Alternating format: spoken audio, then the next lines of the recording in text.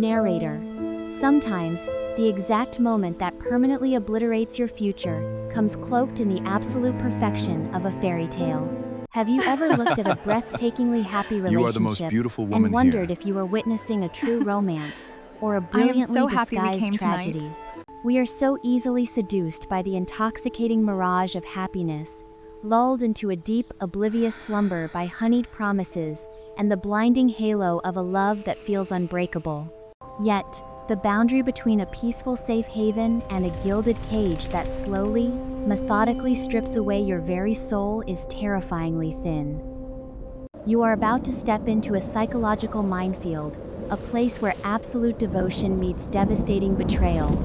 Wolf King Stories welcomes you to this profound and haunting journey. We are not just here to narrate a story today. We are here to hold up a cruel, unforgiving mirror to the darkest, most hidden corners of how we perceive love and sacrifice. If you find yourself captivated by this intense descent into the human heart, please take a moment to subscribe to our channel. Your support is the vital heartbeat that motivates us to continue crafting these deep, emotionally gripping videos for you. Now, let us unravel a narrative that begins with what seems like the most magnificent painting in a world of shadows and absolute dominance. The story of Alpha King Lucas and his fragile, devoted mate, Madison. Lucas is not merely a man. Ensure everything He is is the terrifying prepared. epitome of absolute power, an underworld monarch holding the power of life and death, a I man expect entirely full accustomed to the world compliance. casting its eyes downward whenever he graces a room. On the opposite end of this extreme spectrum stands Madison.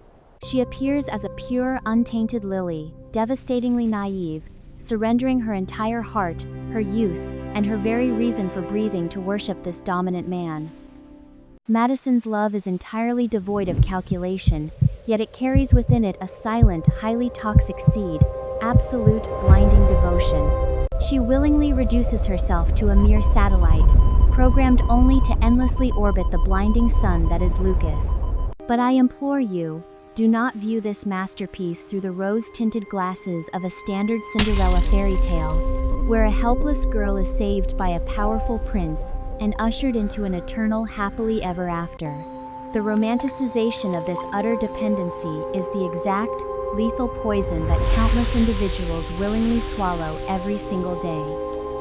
The core argument that we must permanently engrave into our minds throughout this agonizing tale is this: your self-worth must always, unequivocally, stand higher than a blind, consuming love. You cannot love someone so fiercely that you forget your own name, and you are absolutely forbidden from handing anyone, even the most powerful king on earth, the right to dictate the value of your humanity. Let us dive deep into the fragile psychology of willing victims like Madison. Why does a vibrant woman so easily gamble her entire youth, her dreams, and her individual ego into the calloused hands of a man? It is a profoundly complex psychological phenomenon rooted in the agonizing fear of isolation, a desperate thirst for shelter, and the fatal, catastrophic mistake of confusing possessive control with loving protection. Women, in so many heartbreaking instances, delude themselves into believing that their unconditional, relentless sacrifices will eventually be rewarded with a crown of eternal love. They painstakingly carve away their own rough edges, abandon their deepest passions, and shrink their entire worldview just to perfectly fit into the suffocating mold of the man they adore. What they fail to realize is that, in the predatory eyes of conquerors like Lucas, absolute submission does not spark profound love, it merely breeds suffocating boredom. When you willingly degrade yourself into a beautiful, obedient trophy resting quietly in a glass display case, you actively strip away the conqueror's respect. A powerful man might gently stroke his prized trophy, he might show it off to the world, but he will never, ever place it on the same pedestal as his own life. Madison's flawlessly painted life is not a fortress. It is merely a breathtaking castle built entirely on loose sand, just waiting for a singular, cruel wave of naked truth to crash down and obliterate everything she holds dear. Narrator. That inevitable wave of devastation never announces its arrival with a thunderous roar. It creeps in through the subtle, freezing drafts of a lover's changing gaze, turning the warmth of absolute certainty into the chilling dawn of betrayal.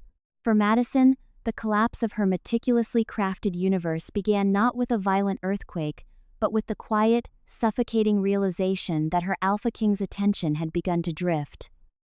We often believe that betrayal is a singular, explosive event, a sudden knife to the back that abruptly ends the fairy tale. But true psychological horror lies in the agonizingly slow withdrawal of affection.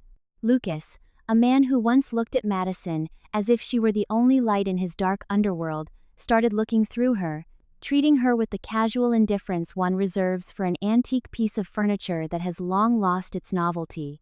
He had conquered her entirely, mapped every inch of her devotion, and, true to the nature of a relentless predator, he found himself starved for a new hunt.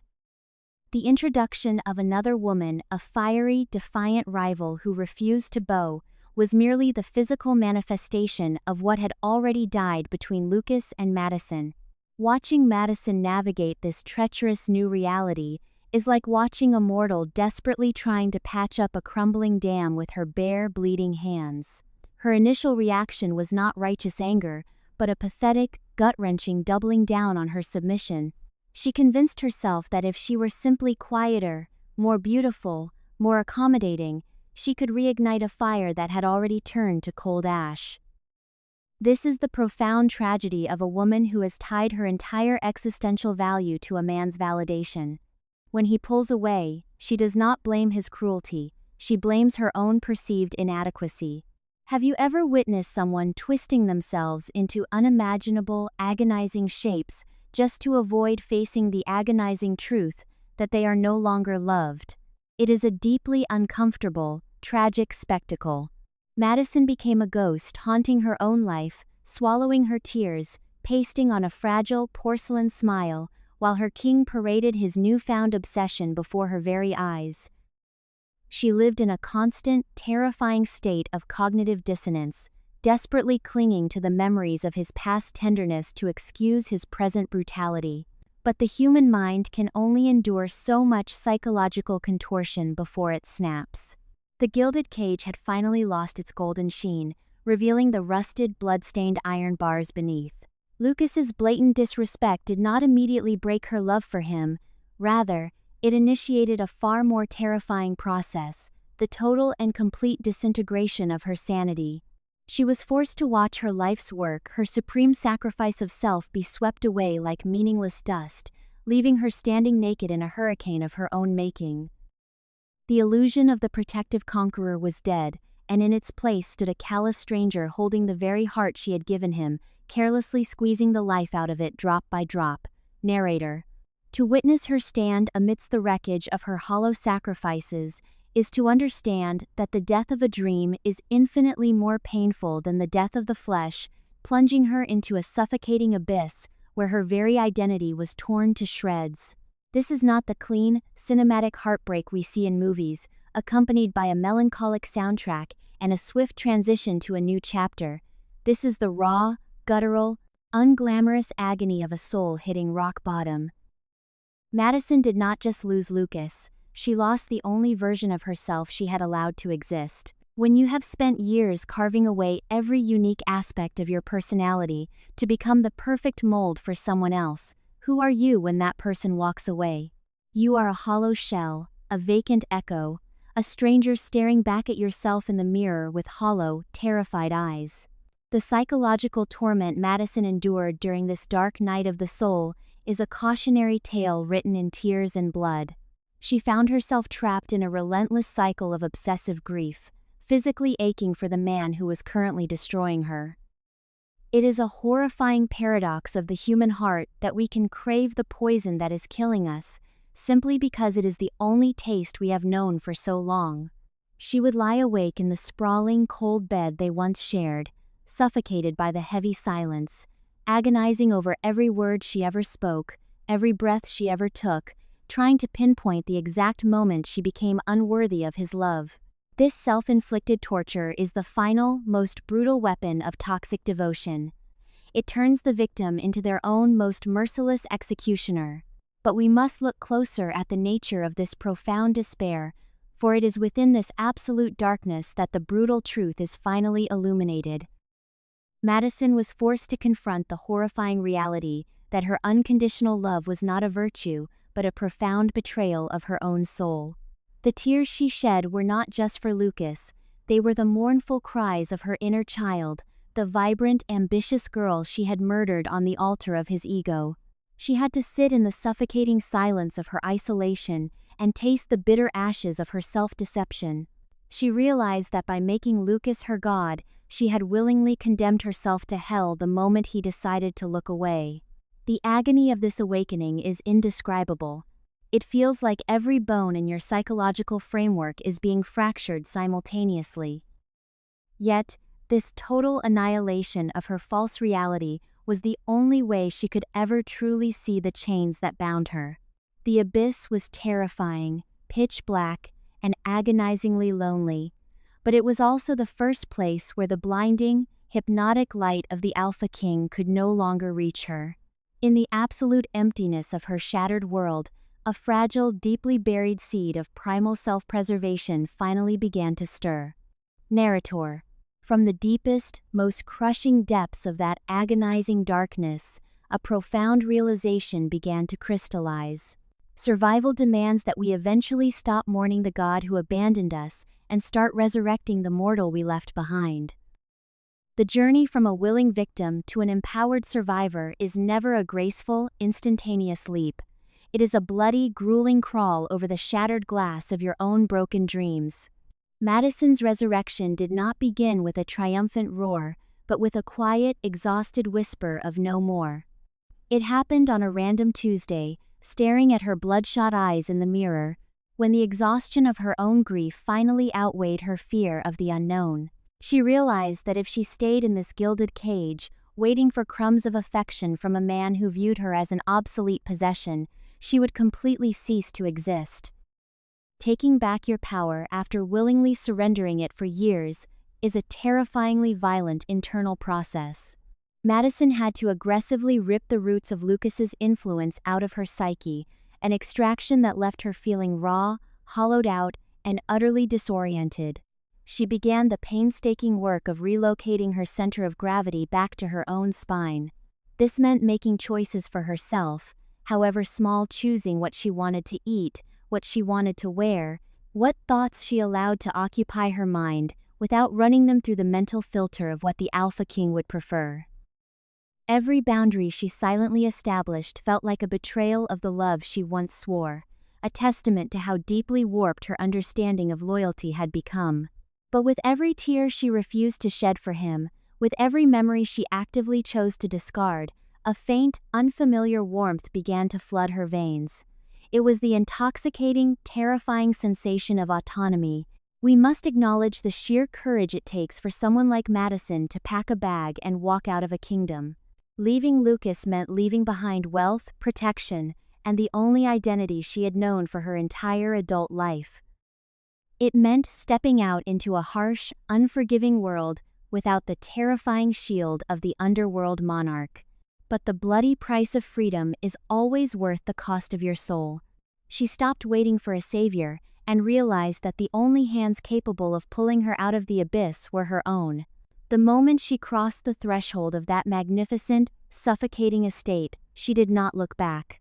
She did not leave a poetic letter. She did not demand closure, because she finally understood that closure is a myth invented by those who are too afraid to simply walk away. Her departure was a silent, deafening declaration of war against her own weakness, a profound severing of the invisible leash that had choked her for so long. Narrator. That silent departure severed the leash forever, transforming a discarded, broken trophy into an untamable force of nature, who finally understood the staggering magnitude of her own worth. When an Alpha King realizes that his most reliable, utterly subjugated possession has vanished without a trace, the reaction is rarely one of sorrow. It is an explosion of wounded pride and possessive fury. Lucas, accustomed to a world that bent entirely to his iron will, could not comprehend that the fragile lily he had so carelessly trampled had found the strength to uproot herself. He hunted her, expecting to find a weeping, lost girl desperate to be dragged back into his overpowering shadow. Instead, when he finally stood before her, demanding her submission, he was met with the cold, unflinching gaze of a stranger. Alpha King Lucas. Madison, you belong to me. How dare you walk away from Thornridge Palace? Come back to your place at once. Narrator. Madison did not scream. She did not hurl insults or weep for the years she had lost. The most devastating weapon a woman can wield against a man who once controlled her is absolute, unbothered indifference. Madison. You offered me a pedestal, Lucas, but I built my own kingdom. I no longer answer to a king. Narrator. She looked at this terrifying underworld monarch, the man who once dictated the very rhythm of her heart, and saw nothing but an arrogant, emotionally stunted tyrant holding dominion over a kingdom of dust. He offered her back her place at his side, promising a return to the golden pedestal, fundamentally misunderstanding that she had spent agonizing months shattering that very pedestal into pieces. Her refusal was not born of spite, but of a profound, hard-won self-reverence. She had finally learned the most crucial lesson of human existence. A crown placed on your head by someone else can be snatched away in an instant, but the crown of self-worth you forge in the fires of your own suffering is eternally yours.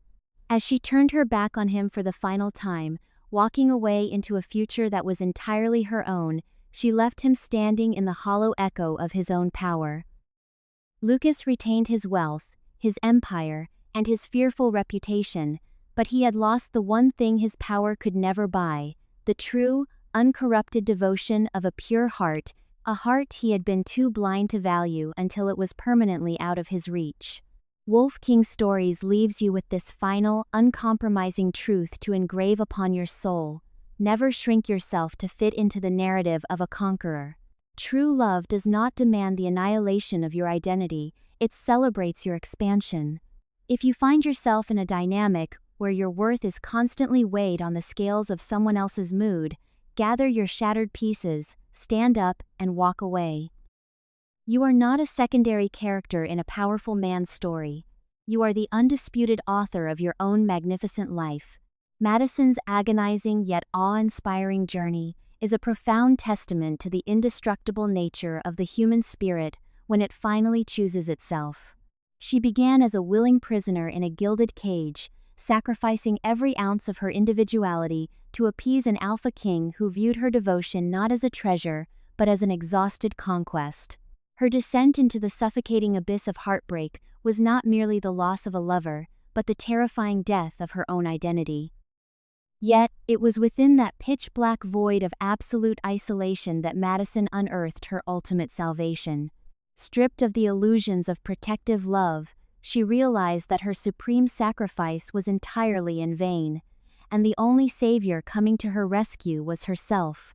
Her resurrection was not marked by vengeance, but by the quiet, grueling labor of reclaiming her autonomy, boundary by boundary. When she finally walked away, leaving behind the wealth and the man who once controlled her heartbeat, she transformed from a subjugated trophy into a sovereign force of nature. Lucas's desperate attempt to reclaim her only highlighted his profound defeat, met with her unbreakable indifference. Madison's story transcends a mere tale of a failed romance. It is an epic narrative of self-reclamation. It reminds us that hitting rock bottom can be the very foundation upon which we forge an unbreakable crown of self-worth. By choosing freedom over a toxic pedestal, Madison proves that walking away from those who diminish us is not a failure, but the ultimate, triumphant victory of the soul. The most devastating betrayal is not the one committed by others against us, but the abandonment of our own soul in the pursuit of someone else's validation. True love should never require the annihilation of your identity. When you tie your entire existential value to another person, you willingly hand them the power to destroy you. Your worth is inherent and must never be placed on the altar of someone else's ego or mood. Take a critical look at your current relationships, whether romantic, platonic, or professional. Ask yourself if you are constantly shrinking your personality, suppressing your voice, or compromising your core values just to keep the peace or gain approval. If you are, it is time to systematically reclaim your power. Start by setting firm boundaries and making small, daily choices based entirely on your own desires, independent of what others expect of you. Stop waiting for external validation and recognize that walking away from disrespect is the highest form of self-care. Choose to be the undisputed author of your own life rather than a secondary character in someone else's. Have you ever had to walk away from a toxic relationship or a difficult situation in order to find yourself again? We politely invite you to leave a comment below sharing your perspective or experience so that our community can read, relate, and learn from one another. If this story and its lessons resonated with you, please hit the subscribe button. Your support is incredibly valuable and gives us the motivation to continue creating more deep, meaningful, and high-quality content for you in the future.